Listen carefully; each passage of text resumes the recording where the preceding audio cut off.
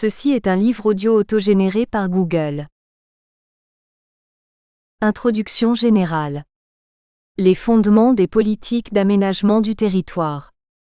Le Gabon accède à l'indépendance avec une organisation territoriale comportant de grandes lacunes.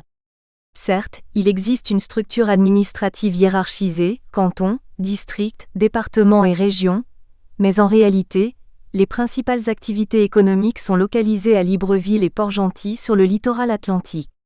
Tout est à construire, routes, ponts, hôpitaux, écoles, aérodromes, ports, etc. Le pays à aménager est en zone forestière dense et les populations autochtones habitent des villages qui sont pour la plupart disséminés dans la forêt vierge. Il n'y a presque pas de routes carrossables, à l'exception des pistes forestières. Afin d'améliorer la collecte des impôts, les autorités coloniales françaises ont mis en place dans les années 1930 l'une des toutes premières politiques de gouvernance et d'aménagement du territoire, le programme de regroupement de villages. Cette politique visait une certaine opérationnalisation des villages et des équipements sociaux à réaliser, écoles, cases de santé. Malheureusement, le programme de regroupement de villages est décrié car les résultats escomptés n'ont pas été à la hauteur des attentes. À la suite de cela, les nouvelles autorités administratives ont mis en place des plans quinquennaux de développement économique et social. De 1967 à 1990, on a dénombré 5 plans quinquennaux de développement économique et social. Ces plans découlent de la volonté des autorités politiques d'aboutir à un rééquilibrage socio-économique des provinces gabonaises. Pouvait-on réussir cet exploit de parvenir à un rééquilibrage territorial ? Car la notion d'aménagement du territoire renvoie à un développement cohérent de toutes les régions en fonction de leurs compétences territoriales. Aménager le territoire, c'est faire un effort pour améliorer ce qui existe, afin de distribuer harmonieusement les moyens de développement dans toutes les régions. Chaque région a en fonction de ses ressources une vocation à un type d'activité, agricole, forestière, minière, pétrolière ou touristique. Les ressources des régions doivent être mises en exploitation en réalisant un certain nombre d'infrastructures et d'équipements pour la localité concernée. Dans les années 1970, le gouvernement crée la Délégation à l'aménagement du territoire et à l'action régionale, DATAR, calquée sur le modèle de l'organisme éponyme français. C'est le principal organe chargé de l'élaboration de la politique de l'aménagement du territoire. Après des années d'activité, la DATAR deviendra par décret daté du 27/3/1980, le Commissariat général de l'aménagement du territoire CGAT. Ce nouvel organe est chargé de rechercher les obstacles au développement et au fonctionnement du territoire, rechercher les moyens de les surmonter, proposer aux décideurs politiques des moyens d'action, répartir les ressources tirées de la croissance entre l'ensemble de la population, développer l'agriculture villageoise et le monde rural, développer les équipements collectifs, scolarisation, santé publique, logement, adduction d'eau, assainissement, etc. Développer les moyens de communication et les télécommunications. Doter le Gabon des structures sans lesquelles la politique d'aménagement et de rééquilibrage du territoire ne peut aboutir. Rechercher et mettre en place les formules institutionnelles susceptibles d'assurer une participation effective des populations. Développer la politique de restructuration spatiale, économique et sociale du Gabon. Mettre en valeur les provinces, en s'appuyant sur leurs potentialités et leurs richesses pérennes. Rechercher une répartition harmonieuse des activités économiques et identifier les activités à créer aux différents niveaux de centres de vie collective. Coordonner les dynamismes régionaux pour les inscrire dans le cadre planifié du développement national. Le Commissariat général de l'aménagement du territoire, outre ses actions à mener, met également en place les schémas d'aménagement régionaux, SEDAR. Ces schémas, pour leur part, recensaient les réalisations effectives et potentiellement réalisables, à court, moyen et long terme. Ils se focalisaient notamment sur le rééquilibrage ou développement concomitant des provinces, la participation effective des populations, ou épanouissement et adhésion, la restructuration spatiale. Hormis ces actions non négligeables, la principale mesure au plan politique a été sans conteste la création des assemblées départementales et provinciales. Ces structures se devaient d'accompagner les actions de ménagement et de fournir aux populations des services de proximité.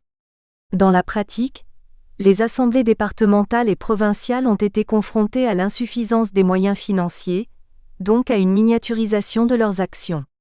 Certes, les provinces gabonaises ont enregistré des améliorations en termes d'équipements collectifs, avec notamment la construction des écoles, collèges, lycées, dispensaires et hôpitaux régionaux, mais dans l'ensemble, les conditions de vie des populations n'ont que très peu progressé. Les disparités entre les villes et les zones rurales se sont considérablement creusées. Ainsi, à la lumière de ce qui précède, nous entendons donner, avec la rigueur que doit revêtir une telle contribution au développement des territoires et à l'amélioration des cadres de vie des populations qui y vivent, une vision de l'aménagement du territoire. Cette vision est aux antipodes de la permanence d'une politique sociale axée sur les dons dans les différentes contrées du pays, qui avilit ces mêmes populations en faisant d'elles d'éternelles assistées dont le salut viendrait des acteurs politiques. Il va de soi que si les dons peuvent, un tant soit peu, pallier certains déficits, ils ne pourraient pas se substituer aux actions des ministères régaliens et supplanter l'action publique. Or, malheureusement, tel semble être le cas aujourd'hui.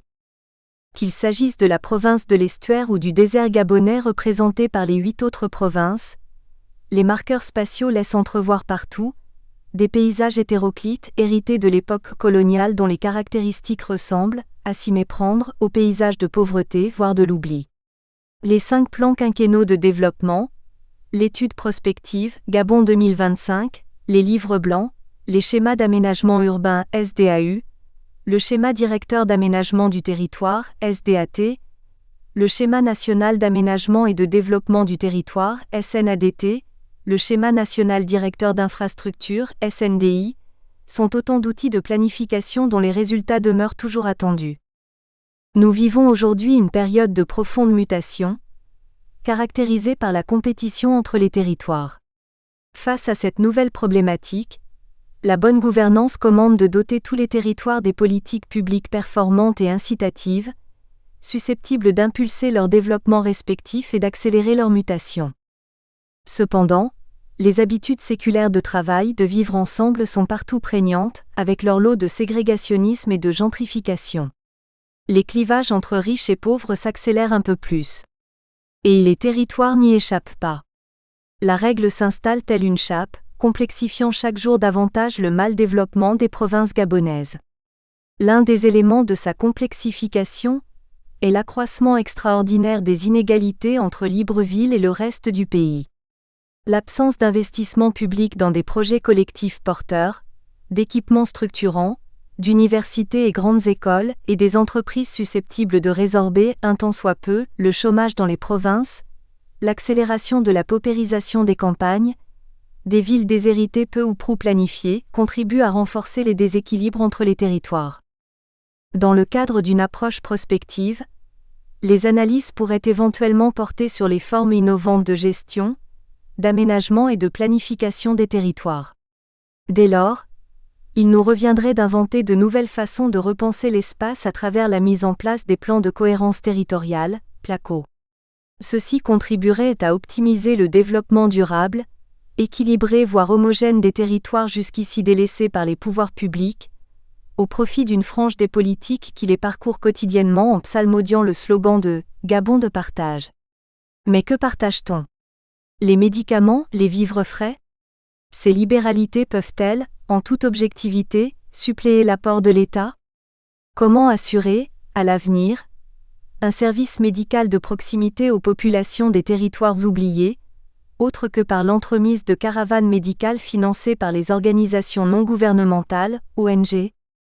Dans un contexte d'incertitude, alimenté par la chute du prix du baril de pétrole, il conviendrait à bien des égards de faire des choix judicieux à court, moyen et long terme. Nous nous proposons de deviser autour d'interrogations, à savoir: la perspective d'un aménagement du territoire dûment conçu est-elle envisageable ? Quelle évaluation qualitative et quantitative pouvons-nous faire des types d'aménagement du territoire réalisés ? Quel est le degré d'intégration socio-spatiale des politiques d'aménagement ? SNADT, SDNI, antérieurement menée? L'écart entre l'estuaire et le reste du pays va-t-il se poursuivre? Si oui, à quel rythme?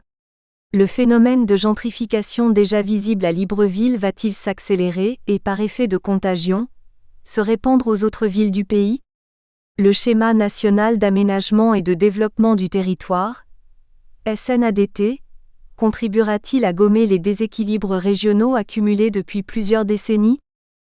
Cet ouvrage qui s'articule autour de 2 parties, dresse sans complaisance un état de lieu de l'aménagement du territoire au Gabon. Sur un plan purement méthodologique, il nous permet de questionner les différentes politiques d'aménagement du territoire qui se sont succédées de 1960 à 2015 et leurs impacts socio-spatiaux respectifs dans les différents territoires. Partie 1. Approche multiscalaire et rétrospective des politiques d'aménagement du territoire. Cette partie est constituée de 8 textes. La première contribution est celle de Fidèle Alogo-Nekog, qui aborde la démarche utilitariste en aménagement du territoire et propose des modèles qui peuvent être appliqués à la situation gabonaise. Le second texte, celui de Koudel Koumba, évoque un défi majeur à double finalité, d'une part économique, en dotant le territoire des infrastructures indispensables aux activités de production et d'échange, et d'autre part sociale, en permettant à toute la population ou presque l'accès aux équipements collectifs. Cependant, au regard des déséquilibres spatiaux, il s'interroge sur l'attitude du gouvernement et l'efficacité des politiques d'aménagement du territoire menées depuis les années 1970. Dans le troisième texte, Thierry Elaondo analyse les spécificités de l'aide technique apportée aux collectivités locales en termes d'aménagement et montre les subtilités des conflits de compétences. En effet, les impératifs économiques ont par ailleurs renvoyé au second plan les objectifs d'aménagement du territoire. De plus, la présence dans l'appareil politico-administratif gabonais des ministères concurrents mais non complémentaires et l'inversion de la chronologie des étapes de l'action publique dans la pratique gabonaise ne lui permettent pas de jouer un rôle majeur. On note enfin un décalage entre le discours officiel en faveur de la politique d'aménagement du territoire et la réalité budgétaire de cette administration. Le quatrième texte, celui de Jérôme Mabika, montre comment l'exploitation forestière contribue à l'aménagement et à l'équipement du territoire. Alain Moubel aborde dans le cinquième texte la question de l'aménagement des espaces sanitaires en montrant les déséquilibres des soins et la relation réflexive entre le processus d'aménagement du territoire et celui d'encadrement sanitaire, en prenant la mesure des contraintes climatiques, démographiques et épidémiologiques. Emmanuel Nance Bingono Meba, auteur du sixième texte, s'interroge sur le devenir de la baie d'Akouango, interface fragile, en se focalisant sur le rôle des forçages naturels et l'impact des signatures humaines actuelles sur le rétrolittoral, dans une approche géoécologique. Dans cette perspective, sont abordées les problématiques de l'extraction des sables côtiers, des activités balnéaires, de l'habitat résidentiel, de la pêche artisanale et des constructions anarchiques des cabanons en relation avec l'érosion du linéaire côtier. Noël Ovono et Zhang réalise dans le septième texte un diagnostic des effets des politiques, des programmes et des lois relatifs à la gestion foncière et à l'aménagement du territoire sur le développement agricole. Bruno Nkumakali, dans le huitième texte, examine la question des terres cultivables, autour de l'occupation spatiale des zones agro-industrielles et leur impact sur les usages. Partie 2. Des formes innovantes de gestion participative et d'aménagement du territoire. Elle est quant à elle composée de 7 articles. Dans la logique de continuité textuelle, la 9e contribution de Valérie Garando met en lumière la notion de contrat de ville comme un nouvel outil de gouvernance territoriale. Assurer un développement territorial équilibré demande donc une adaptation du mode de gouvernance et de fonctionnement de l'administration gabonaise. Ainsi, Laetitia Guilliard-Ogombe, 10e contribution, examine avec force le système urbain gabonais qui se caractérise par une fragmentation socio-spatiale du territoire. D'un côté, les villes de la côte ouest dominées par Libreville, qui prospèrent, et de l'autre, des villes périphériques qui déclinent. De fait, les villes secondaires revêtent une grande importance pour l'aménagement du territoire dont les objectifs consisteraient en l'accompagnement du développement économique des territoires d'une part, et en la réduction des inégalités spatiales en termes économiques et sociaux, d'autre part. Emmanuel Ondo Assoumou, 11e texte, part du constat que la décennie qui a suivi l'indépendance du pays en 1960 fut fortement marquée par la réalisation des grands travaux d'extension de Libreville. Cette ville devant être la vitrine qui devait accueillir les populations venant de l'intérieur du pays et de l'étranger, l'État s'est lancé, entre autres, dans la construction des logements sociaux, des bâtiments publics et des routes. De nombreuses zones sont aménagées, d'abord sur le linéaire côtier et ensuite vers l'est de Libreville. Au sud de cette ville, de vastes zones marécageuses ont été remblayées, des drains bouchés, pour abriter des zones industrielles et des quartiers résidentiels. La mangrove, principale formation végétale de la côte gabonaise, a été fortement menacée au profit de l'urbanisation. Depuis quelques années, le Nord et l'Est connaissent également le même essor avec la construction de nouvelles cités comme à Angondjé et Bikele. Cependant, la question est de savoir si ces différents aménagements ont respecté le cadre naturel et géomorphologique. Ces édifices naturels, tels que les cordons sableux, les marais à mangroves et les lits des rivières ont été détruits au détriment de l'urbanisation. Aujourd'hui, les inondations, le recul du trait de côte dans les quartiers industrialo-résidentiels et périphériques de l'agglomération de Libreville sont fréquentes et soulèvent de nouvelles interrogations. Quel est le rôle écologique des édifices naturels? Puis comment concilier urbanisation et édifices naturels? Pour Séverin Emma Numba, 12e contributeur, la commune de Libreville subit une érosion urbaine très active caractérisée par la formation de nids de poules, du ravinement, des éboulements, des dégradations des ouvrages d'art, etc. Son analyse des causes de cette érosion permet d'affirmer qu'une pluviométrie abondante entraîne un excédent d'eau au niveau du drainage. En conséquence, l'eau de drainage ruisselle et crée du ravinement, imprègne les formations superficielles et provoque des mouvements de terrain, de même qu'elle altère le substratum géologique calcaire. L'érosion atteint les aménagements routiers, les habitations et le dispositif d'assainissement de la ville. La pression démographique et des comportements inciviques accentue les conséquences de l'érosion hydrique. Quelques moyens de lutte anti-érosifs sont proposés. Jean-Bernard Mambani, 13e contributeur, ouvre une perspective sur le passage de l'aménagement du territoire au développement des territoires. Il met en scène des juxtapositions des faits d'actualité liés à l'état de dégradation avancée des voiries communales, à la survivance des nids de poules, à la recrudescence des accidents et aux complaintes des populations, au demeurant déconcertées. Rufin Dizambou tente d'analyser, dans la 14e contribution, la problématique de l'aménagement du territoire dans les différents projets de société des candidats à la magistrature suprême, et plus spécifiquement le développement de l'arrière-pays. En effet, une simple constatation permet d'attester le fossé qui existe entre l'estuaire et le reste du pays.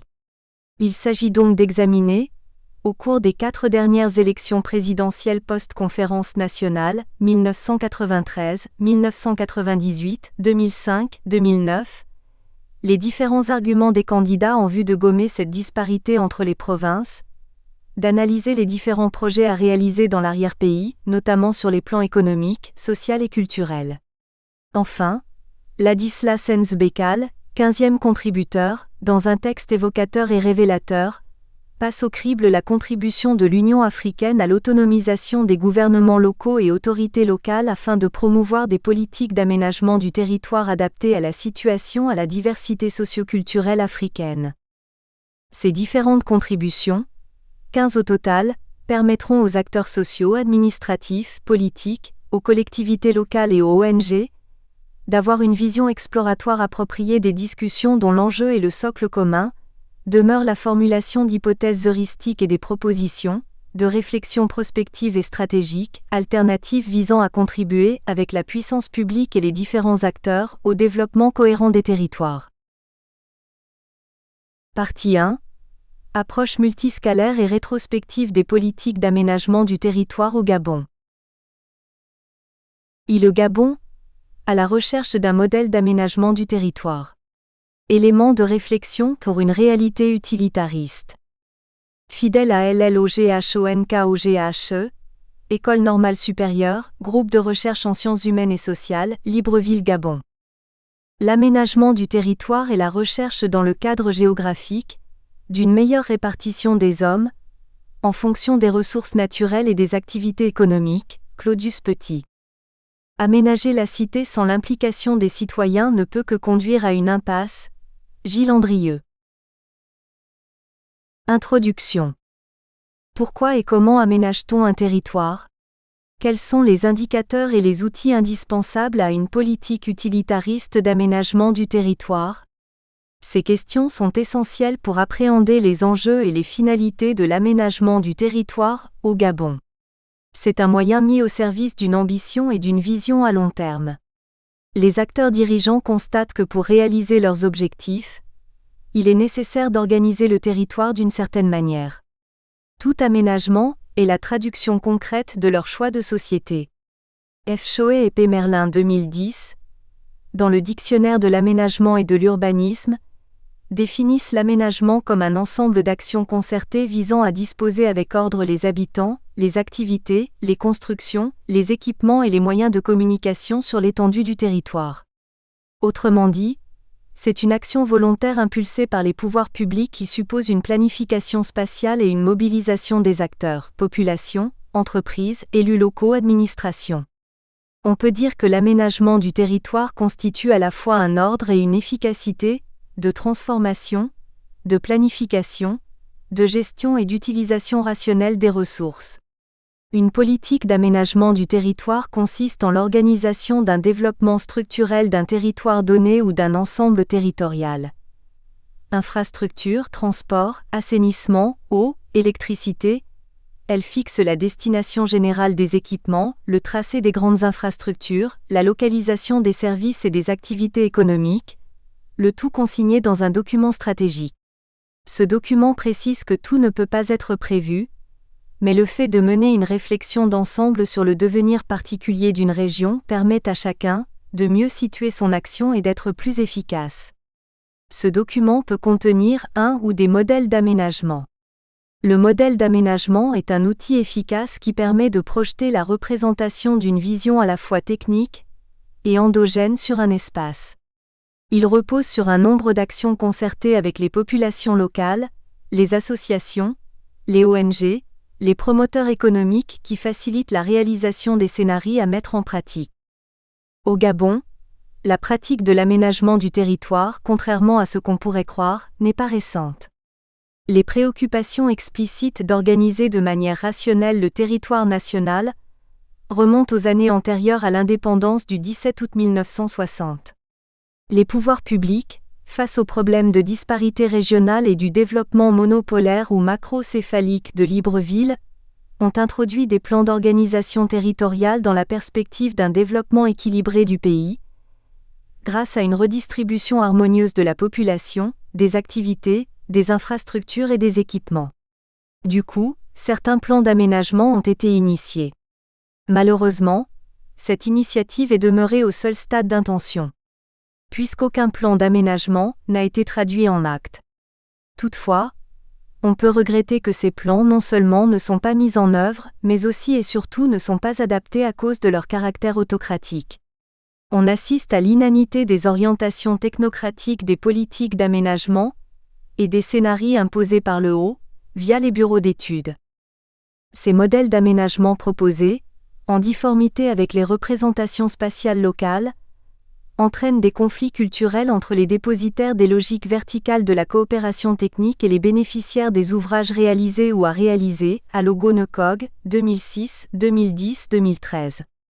En conséquence, les populations ne se reconnaissent pas toujours dans ces propositions de plans, d'autant plus que les solutions bureaucratiques ne tiennent pas compte de leur représentation et sont déconnectées du terrain. Lelo Nzouzi, 1989/119, répondant à ces pratiques d'aménagement, fustige le comportement bureaucrate des experts locaux ou internationaux qui ignorent les usagers dans les études d'expertise. Aussi, serait-il judicieux de s'interroger sur la dimension épistémologique du choix entre aménagement concerté et aménagement autoritaire. Des débats techniques frétillants opposent les défenseurs de l'aménagement concerté, dans un système décentralisé, aux partisans de l'aménagement centralisé, autoritaire, dans un système unitaire. Les premiers mettent en avant les avantages liés à une implication forte des habitants, permettant la prise en compte de leurs besoins prioritaires. Les seconds se fondent sur le principe unitaire de l'État, garant de la stabilité et du développement. Ils pensent qu'une implication des habitants dans les problèmes qui relèvent des missions régaliennes de l'État empêcherait le bon fonctionnement des institutions. Entre aménagement concerté et aménagement autoritaire se présente le modèle d'aménagement polynucléaire, modèle d'Attard, où sont concentrées, dans des centres secondaires, les fonctions habituellement situées dans le centre principal. D'autres encore défendent le modèle d'aménagement linéaire où l'urbanisation s'organise autour de centres secondaires, complémentaires dans leurs fonctions et reliés entre eux par des infrastructures de transport. Toutefois, l'État doit pouvoir donner une orientation stratégique des politiques publiques afin de garantir aux territoires et aux acteurs habitants une sorte de géographie du bien-être. Aussi, le modèle d'aménagement centralisé et autoritaire souffre-t-il de nombreuses distorsions. Ces diverses distorsions caractéristiques constituent, dans une large mesure, les dégâts directs et collatéraux d'une politique d'aménagement du territoire mal préparée et insuffisamment coordonnée. À côté de ces types d'aménagement, il est indispensable de concevoir une politique d'aménagement en prenant en compte les pratiques socio-culturelles du territoire concerné. Cette réalité culturelle du modèle d'aménagement ne peut être avérée que lorsque l'élaboration d'une telle politique relève des experts locaux imprégnés de leur savoir et de leur savoir-faire culturel. Dans le cas contraire, cette politique aurait du mal à être appliquée. C'est le cas du Schéma national d'aménagement et de développement du territoire, SNADT, du Schéma directeur national d'infrastructure, SDNI, Schéma directeur d'aménagement et d'urbanisme, SDAU, qui ne sont pas toujours adoptés et leur contenu semble déconnecté des réalités du terrain. La conséquence de cet état de choses en est que le Gabon importe régulièrement la technologie intellectuelle par le truchement des bureaux d'études, des consultants et des mécanismes de coopération, tandis que d'autres technologies sont exigées par des organismes comme le FMI, l'Union européenne ou la Banque mondiale. Ainsi, la reproduction partielle ou totale des modèles d'aménagement présente la difficulté de leur adaptabilité dans le cadre transpositionnel. En analysant les problèmes d'aménagement et d'organisation socio-spatiale du territoire national, on s'aperçoit que la reproduction des modèles et les outils d'analyse, les concepts ou les schémas propres aux sociétés industrielles et leurs systèmes d'aménagement ne correspondent pas à la réalité locale. Aussi, cette manière de penser l'aménagement ne peut-elle que conduire à un échec, cas du SDNI. Le territoire doit s'inscrire dans une logique organisationnelle et fonctionnelle appropriée à la culture endogène. Cela dit, il doit intégrer les pratiques autochtones dans les choix d'aménagement proposés. Cependant, le mimétisme sur lequel se fondent les autorités institutionnelles est un facteur de complications inutiles, car il aboutit à la privation des pouvoirs publics nationaux de certaines traditions, qui leur seraient d'un grand secours. Prouzet 1982/326. 1. Problématique. Les schémas d'aménagement du territoire, les plans quinquennaux répondent-ils aux attentes légitimes des acteurs habitants? Ces différents schémas et plans obéissent-ils à un modèle d'aménagement? Ou sont-ils l'expression d'une démarche bureaucratique destinée à plaire aux acteurs politiques qui en sont les commanditaires, ou une volonté manifeste d'aménager? En outre, il faut aussi mentionner les conflits de compétences entre les acteurs institutionnels en charge des questions d'aménagement qui paralysent un peu plus les dispositifs juridiques en vigueur. La multiplication des centres de décision et la redondance de leurs tâches bloquent le fonctionnement des services de l'aménagement du territoire.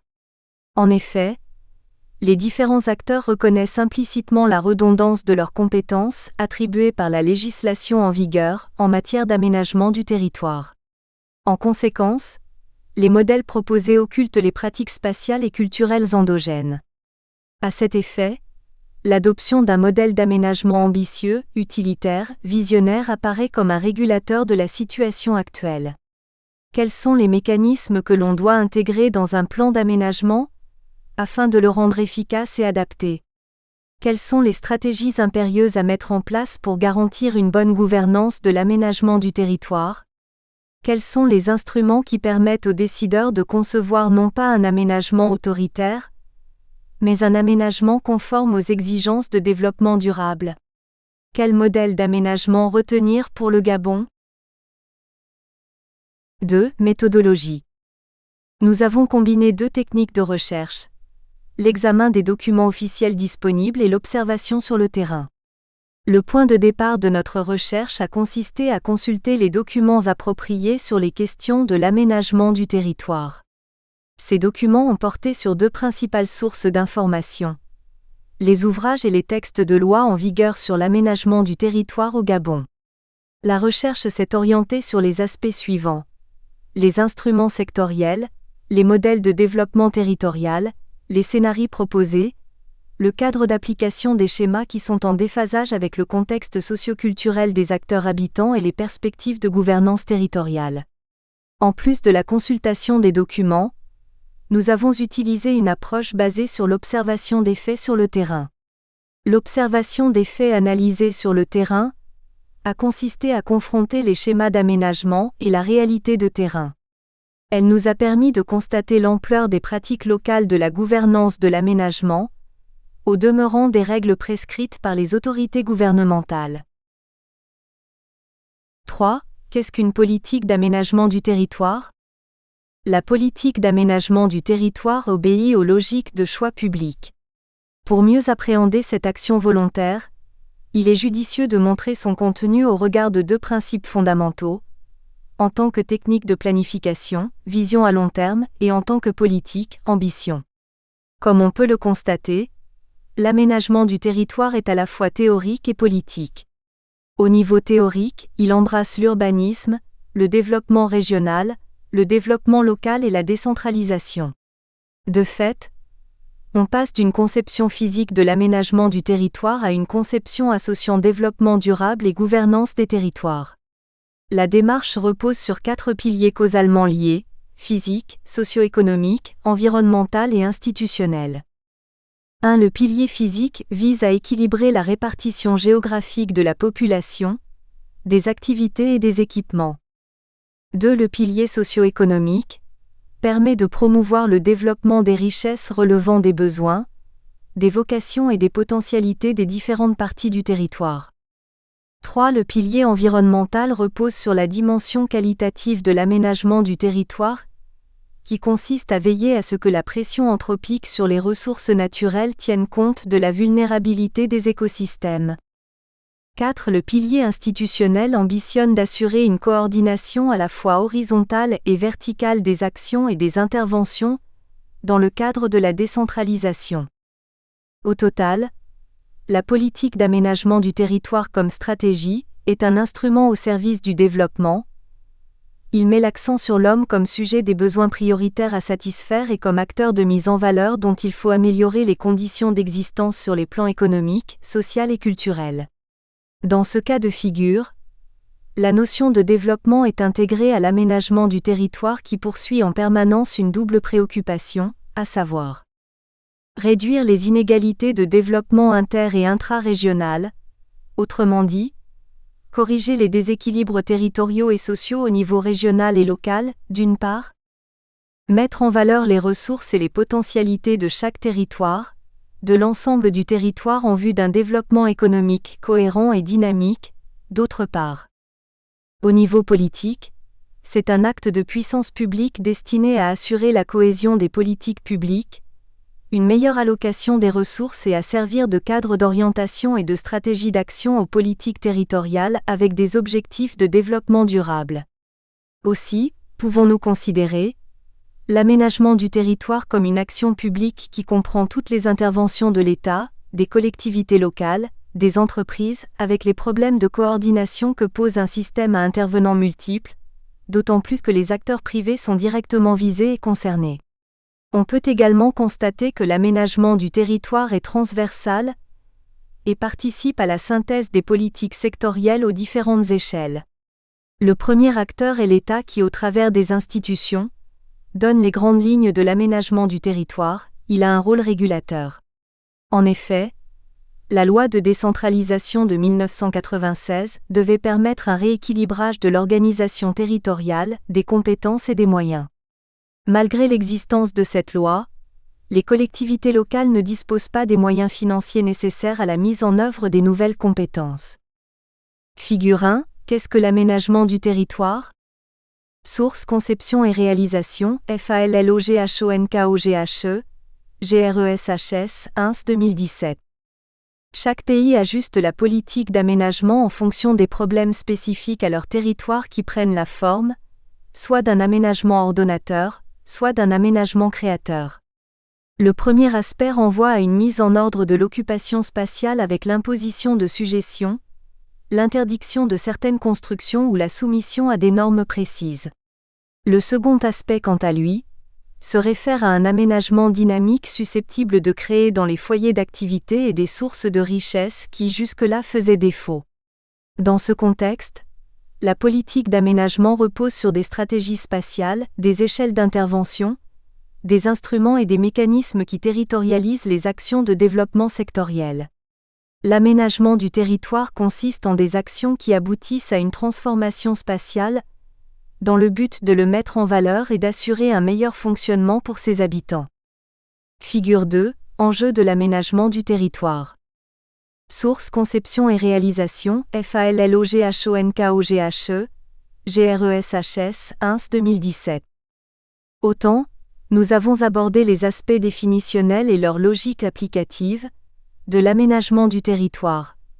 Autant il apparaît évident d'appréhender les aspects méthodologiques des schémas proposés. 4 aspects méthodologiques des politiques d'aménagement du territoire. L'approche méthodologique de l'aménagement du territoire repose sur un triptyque.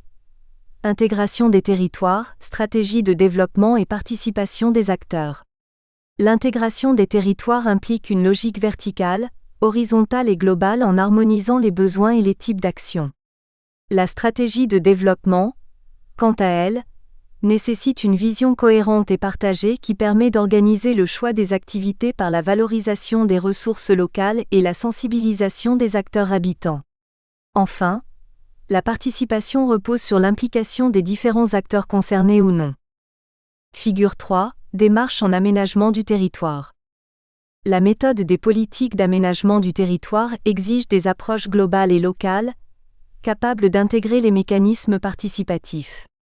Au niveau de ses objectifs et principes, la politique d'aménagement du territoire n'est pas conforme aux recommandations qu'elle présuppose. En effet, à part une litanie d'interventions, elle peine à atteindre ses objectifs fondamentaux. Cela, à bien des égards, résulte de l'approche sectorielle qui la domine. Toutefois, l'État gabonais a mis en place des instruments de planification à caractère opérationnel. Ces instruments participent à l'élaboration d'un ensemble de documents tels que les livres blancs de chaque province, le Schéma national d'aménagement et de développement du territoire, SNADT, ou le Schéma directeur national d'infrastructure, SDNI, qui sont des documents de réflexion collective à partir des problèmes soulevés et fixent les grandes orientations stratégiques, identifient les zones d'intérêt à prioriser pour des interventions ciblées de l'État. Ces documents servent à appuyer les différents plans sectoriels issus de ces orientations. Ces différents documents supracités constituent l'ossature technique pour mettre en œuvre une politique d'aménagement du territoire viable. Cela nécessite bien sûr, dans les faits, des actions volontaristes de l'État et implique une participation, une coordination et une coopération, verticale et horizontale. Au niveau de la participation, on retient que l'aménagement du territoire n'est ni l'œuvre unique du gouvernement central ni celle des experts, mais le fruit des efforts et des aspirations de toute la collectivité qui doit se sentir concernée, consultée et informée. La participation des populations suppose qu'elles définissent, directement ou indirectement, les besoins prioritaires dans un cadre purement global ou local. La coordination, principe transversal, devrait assurer une gestion optimale du territoire national et des ressources sous-solières ou non. Dans le cadre pratique, elle vise l'intégration des différents plans sectoriels afin d'éviter la redondance des compétences et de corriger les éventuels effets malus des investissements. 4 à 1 Schéma directeur national d'infrastructure, SDNI. Le schéma directeur national d'infrastructure, SDNI, du Gabon a été conçu et réalisé par le groupe américain Bechtel. C'est un schéma futuriste d'envergure, signe d'une ambition au profit de l'aménagement du territoire. Selon le contenu de ce schéma, le gouvernement devrait répondre avec efficacité aux carences et aux faiblesses observées en matière d'infrastructures.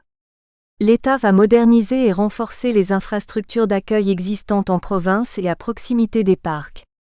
Pour le gouvernement, ces différents projets auront une incidence majeure sur l'économie et le développement des échanges marchands à l'intérieur du Gabon et dans l'espace CEMAC. La construction d'un nouvel aéroport de Libreville va permettre la création d'un hub logistique régional et sera le symbole du renouveau économique du Gabon. L'aéroport de Port-Gentil, quant à elle, va accueillir, grâce à la modernisation de ses infrastructures, des gros porteurs d'Europe et du Moyen-Orient. La modernisation de 6 autres aéroports provinciaux va assurer l'accès rapide à ces régions et va ainsi appuyer leur développement économique et leur désenclavement. Le développement de Lambaréné donnera à cette ville un rôle central que ce soit en termes touristiques ou commerciaux, avec le développement des échanges fluviaux avec Port-Gentil et Njolé. Le canal entre Njolé et Lambaréné permettra de relier par voie fluviale les corridors nord et sud. Selon ce schéma, ces deux villes doivent devenir de véritables pôles intermodaux et centres de transit et d'échange de marchandises. Malheureusement, les plans d'action contenus de ce schéma n'ont pas reçu l'acquiescement des populations et des opérateurs économiques. Ce schéma est difficilement réalisable, non seulement à cause du contexte géo-environnemental, mais aussi culturel. 4A2 Schéma national d'aménagement et de développement du territoire, SNADT. Le bureau d'études tunisien Study International a été chargé par l'ANGT, Agence nationale des grands travaux, maître d'ouvrage délégué, et par la DGAT, Direction générale de l'aménagement du territoire, maître d'œuvre, de l'élaboration du schéma national d'aménagement du territoire, SNADT du Gabon en 2014. Le SNADT propose des schémas sectoriels de développement et d'aménagement.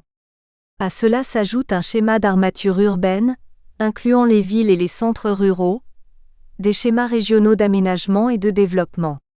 Il définit les grandes orientations et les choix relatifs à l'organisation économique et du développement national à travers les pôles de croissance, les unités spatiales de développement, enfin, l'organisation des centres de services. Le SNADT met en corrélation 5 pôles régionaux d'aménagement et développement, qui sont la région nord formée de la province de l'Estuaire, la région ouest formée des 2 provinces de l'Ogooué-Maritime et le Moyen-Ogooué, la région sud-ouest formée par les provinces de Nyanga et Ngounié, la région sud-est formée par les provinces Haute-Ogooué et Ogooué-Lolo, la région nord formée des 2 provinces du Wolo-Ntem et de l'Ogooué-Aïvindo. 4.3 LODES, Loi d'orientation de la stratégie de développement économique et social. Cette loi définit le cadre de cohérence globale de la stratégie de développement économique et social du Gabon, fixe les objectifs stratégiques sectoriels. Elle constitue l'instrument de base de la planification, de la programmation du développement et de l'aménagement du territoire. Elle est perçue comme le document de référence pour la mise en œuvre du partenariat entre l'État et les acteurs du développement. En son article 72, la loi évoque l'approche intégrée des politiques d'infrastructures économiques et d'équipements sociaux collectifs susceptibles de constituer une stratégie de réponse aux grands enjeux du moyen et long terme, qui repose sur les méthodes d'aménagement du territoire comme outil de planification du développement économique et social. Lesquelles politiques doivent impérativement assurer la croissance par une diversification de l'économie, réduire les disparités socio-territoriales, éradiquer la pauvreté, lutter contre l'urbanisation non maîtrisée et freiner l'exode rural. Ce texte de loi prévoit également la mise en pratique des orientations politiques sectorielles. On peut mentionner les secteurs ci-après. Transport. Technologie de l'information et de la communication, TIC. Eau et électricité. Planification urbaine. Aménagement du territoire et développement régional. Préservation de l'environnement. 4A4 Schéma directeur d'aménagement et d'urbanisme. Le Bureau d'études ivoirien, BNETD, Bureau national d'études techniques et de développement, a été aussi mandaté par l'ANGT, Agence nationale des grands travaux, maître d'œuvre, de la réalisation du schéma directeur d'aménagement et d'urbanisme de Libreville en 2010. Le SDAU est un outil extrêmement lourd pour Libreville. Pour élaborer un SDAU, on recourt à des experts étrangers qui mettent un temps relativement long pour collecter les données. Sur le terrain, lorsque le SDAU est élaboré, on s'aperçoit que les données qui ont servi à son élaboration sont complètement dépassées par la dynamique urbaine interne à la ville et cela pose un réel problème d'applicabilité. On élabore des scénarios sur la base des données qui sont recueillies. Malencontreusement, ces données paraissent inopérantes. Car il s'écoule un temps relativement long entre le recueil des informations, le traitement analytique, la proposition des modèles d'aménagement et le choix d'un scénario de développement, avant l'adoption du SDAU à proprement parler. Si les deux premières phases sont souvent effectuées, la dernière phase qui consacre l'application du modèle d'aménagement choisi ne l'est pas toujours. Le SDAU vise à orienter le développement futur de la ville, sur la base des scénarios qu'il propose et des objectifs qu'il se fixe, notamment maîtriser l'extension spatiale de la ville, améliorer le cadre de vie urbain, programmer les équipements et les infrastructures de base, programmer l'occupation des sols. Les deux SDAU de Libreville élaborés par le groupe Jerry pour le premier 1994, le BNETD pour le second 2010, présentent des lacunes dues à la méconnaissance du terrain et des pratiques culturelles locales, des scénarios fantaisistes élaborés, Jerry, Bureau d'études français, l'absence des scénarios, des propositions qui ressemblent plus à des actions-programmes qu'à une stratégie de planification à long terme, BNETD, Bureau d'études ivoirien. Les scénarios d'aménagement que les SDAU de Libreville proposent sont non seulement volontaristes, mais ils ne paraissent pas cadrés avec la réalité du terrain, celle des pratiques foncières, avec la capacité des pouvoirs publics à imposer une certaine armature à la ville. Somme toute, il s'agit là d'un urbanisme classique et simplement schématique, bureaucratique, qui ignore le comportement des acteurs habitants, la représentation que cet acteur habitant se fait de son territoire, comment il le conçoit et comment il l'utilise, car c'est à lui que sont destinées ces infrastructures. 4A5 Critique des contenus des différents schémas proposés. L'échec des procédures de la réglementation de l'aménagement du territoire tient, sans risque de se tromper, à leur grande sophistication, au refus de prendre en compte les besoins priorités des populations et surtout à leur mauvaise insertion socio-institutionnelle. Aucun pouvoir de décision ne se sent véritablement responsible de leur application. Aussi, la chaîne de production, préparation, approbation et application des différents outils inclut-elle de façon asociale les instances techniques et politiques des territoires concernés. Les schémas d'aménagement, SNADT, SDAU, SDNI, sont formalistes et ankylosés car ne tenant pas compte des réalités socio-culturelles locales. Or, il subsiste toujours un fait non négligeable dans les opérations d'aménagement du territoire, tenir compte des représentations et des pratiques des habitants dans les politiques d'aménagement du territoire depuis l'élaboration. Cela permettrait au pouvoir public de réduire les marges d'échec et faciliterait une appropriation des mécanismes proposés. Le contenu de ces schémas est une somme de propositions à réaliser. Ces schémas ressemblent plus à des programmes de société de candidats à une élection politique qu'à une stratégie cohérente de développement. Généralement, ces schémas projettent l'image d'un territoire idéal incompatible avec la pratique des us et coutumes, la précarité des situations des territoires, la modicité des moyens alloués et de l'étendue des pouvoirs d'action des gestionnaires desdits territoires. La politique d'aménagement du territoire au Gabon est engluée dans un système institutionnel enchevêtré, où les conflits de compétences, les redondances, les bureaucraties superposées continuent de résister à toutes les tentatives de réforme et de rationalisation. Il est vrai que l'aménagement du territoire concerne tout le monde.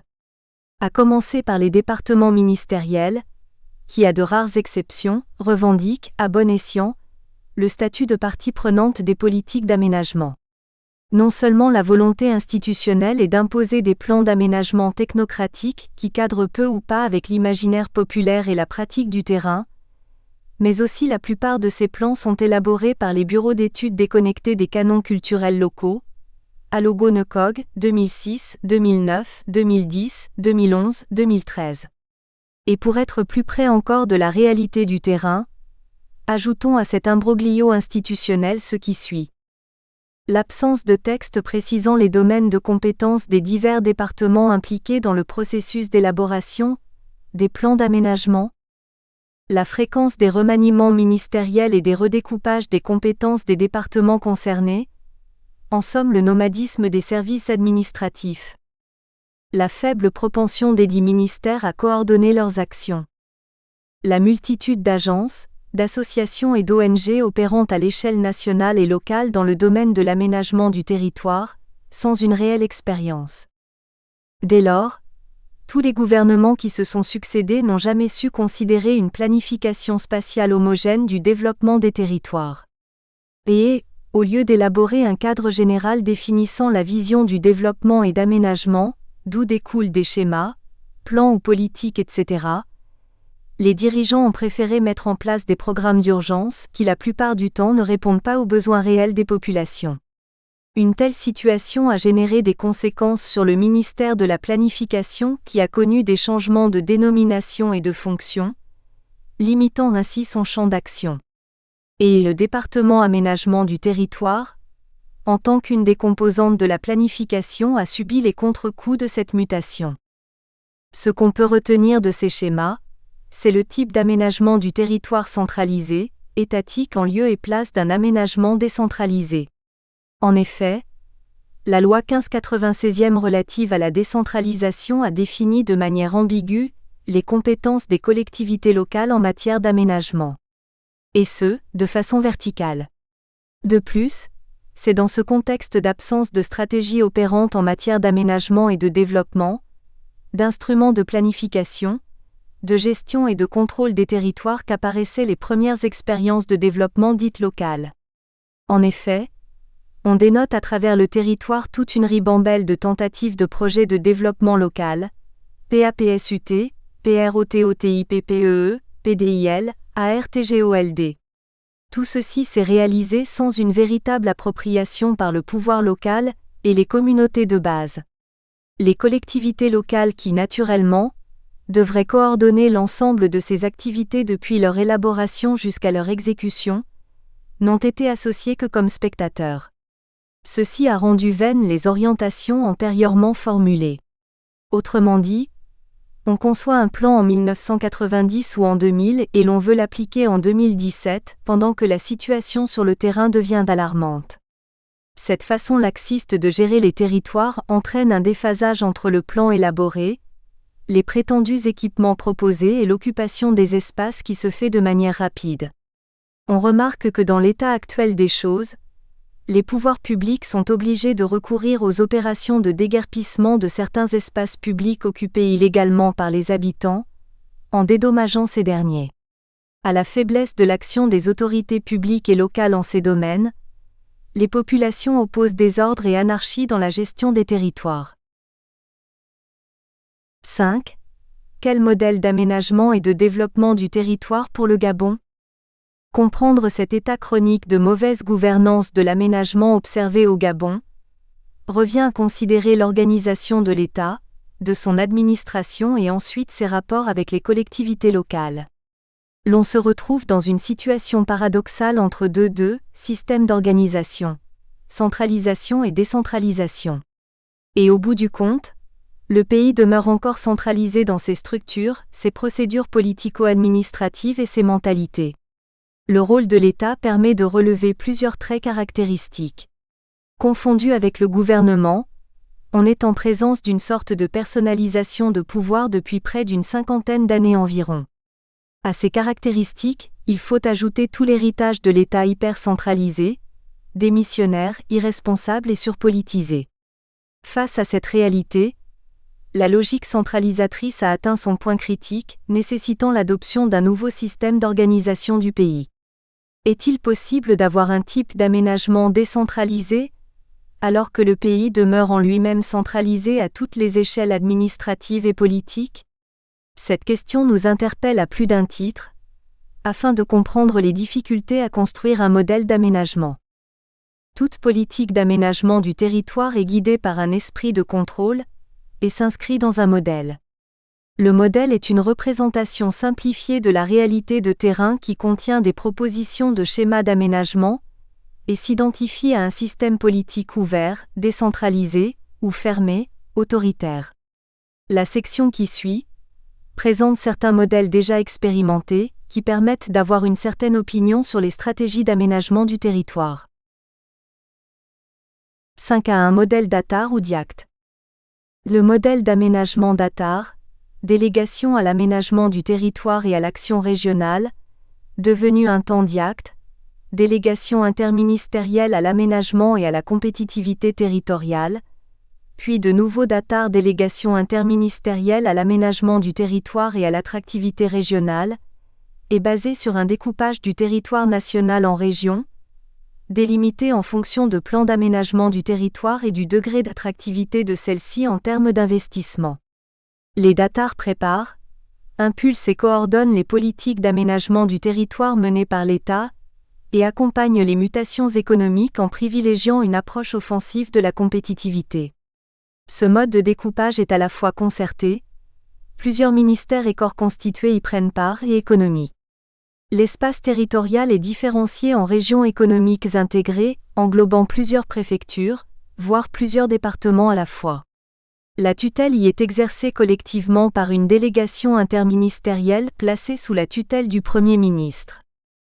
Cet organisme prépare et met en œuvre les orientations de la politique nationale française d'aménagement du territoire. Elle met un accent particulier sur les mutations économiques, la revitalisation des territoires, des pôles de compétitivité et la cohésion des territoires. Elle mène des réflexions prospectives et stratégiques pour mieux organiser et armer les territoires pour faire face à la mondialisation.